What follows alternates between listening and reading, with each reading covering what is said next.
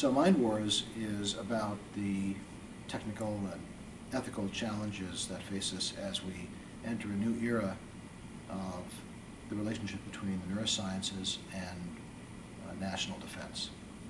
Neuroscience research is the fastest growing area of science today by many measures.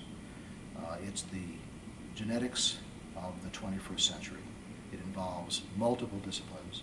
There's a lot of money being spent by the private sector and also now increasingly by national security agencies to understand how the brain functions, what can change that function, how brain operations can be taken advantage of for purposes of combat, for situations of interrogation, for every imaginable situation in which it would be useful to improve the way our brains work in the context of a security problem.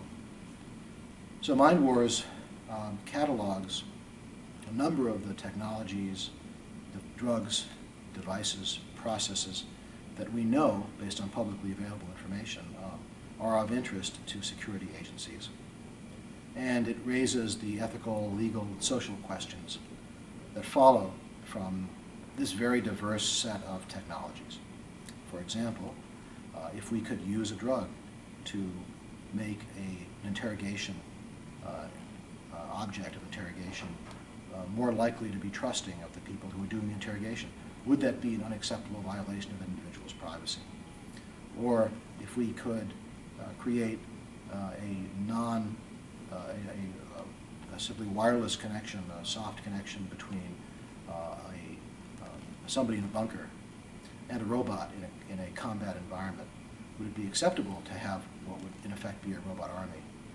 The technologies that I talk about in Mind Wars are emerging. In some cases they're already here, in some cases they're still pretty far out.